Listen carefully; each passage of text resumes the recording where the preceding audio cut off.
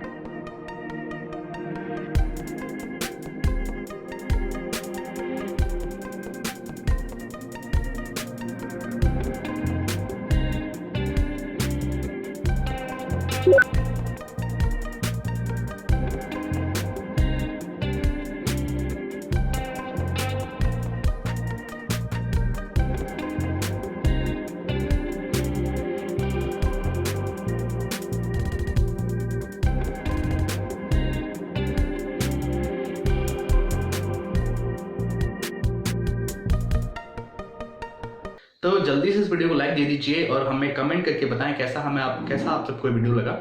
तो अगले सप्ताह फिर आपसे हम मिलेंगे, तब तक के लिए जय हिंद जय भारत।